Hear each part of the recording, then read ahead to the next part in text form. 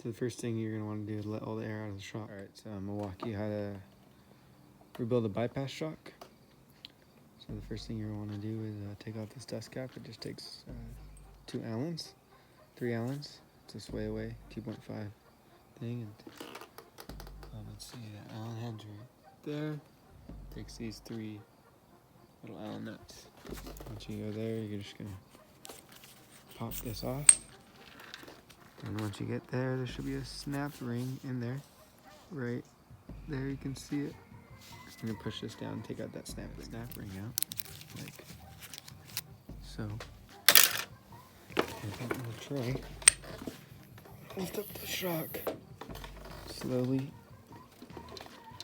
Check this out. I'm gonna pull this out. I can't do it with my hand. Bear back. So I'm gonna pull this out. Get a stack. There's no oil in the shock. Need to rebuild badly. So that is the piston. These holes are where the oil goes through. Little shims right there, right there. That's the rebound stack. How fast the shock will come out. And that's the compression stack. That's just a piston. So I'm gonna replace all these seals. There's a seal in there, a few seals in there, and replacing the oil.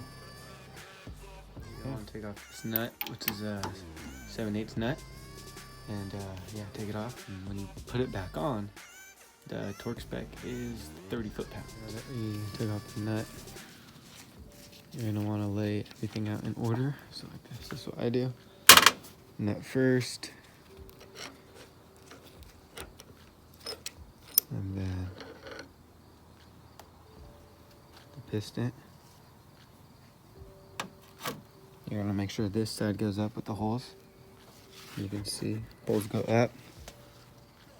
Spacer, washer,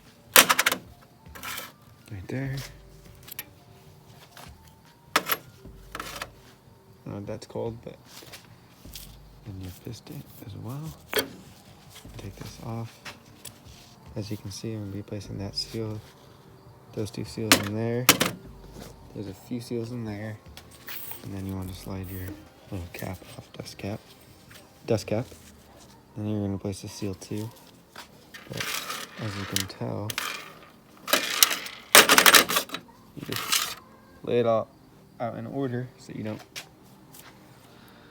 You can remember how you put it back together. And let's see if there's oil. Yeah, that oil is not so good. Pretty black, so we're gonna be putting in some new oil. Put some new oil up there too. So yeah, let's get to it. Alright, so this is the pick I use. Take out the seals. Very simple. You just like this one. I usually have it down, but pick it like that. Like this.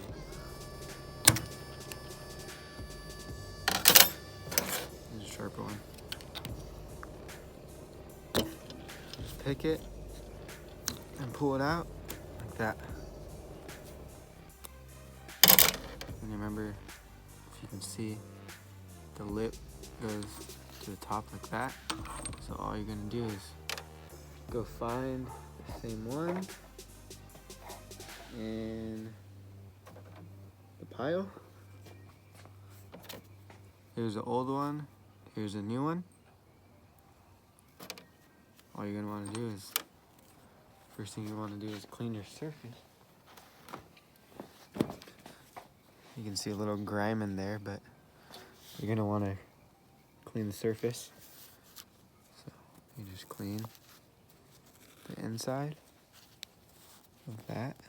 I don't know if you guys can see. Clean it. See, it's a little dirty in there.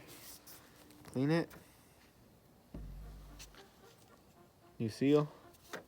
Throw away the old seal. Oil it up a little. Put a little oil on it. Make sure the lip's up. Crush it. Like so. Get it in there.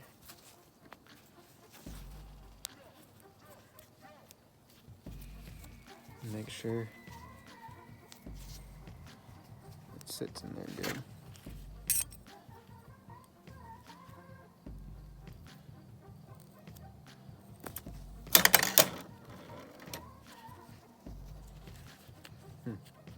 There we go. This is not going in so easy.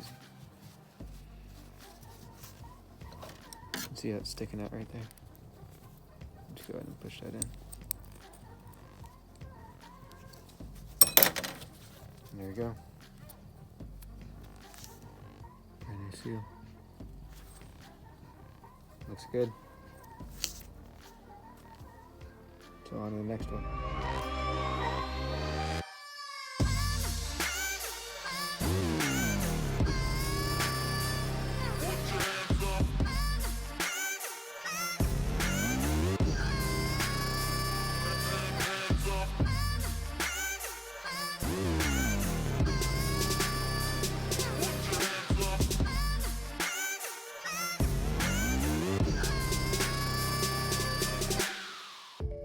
Put it all back together and see it all sealed up.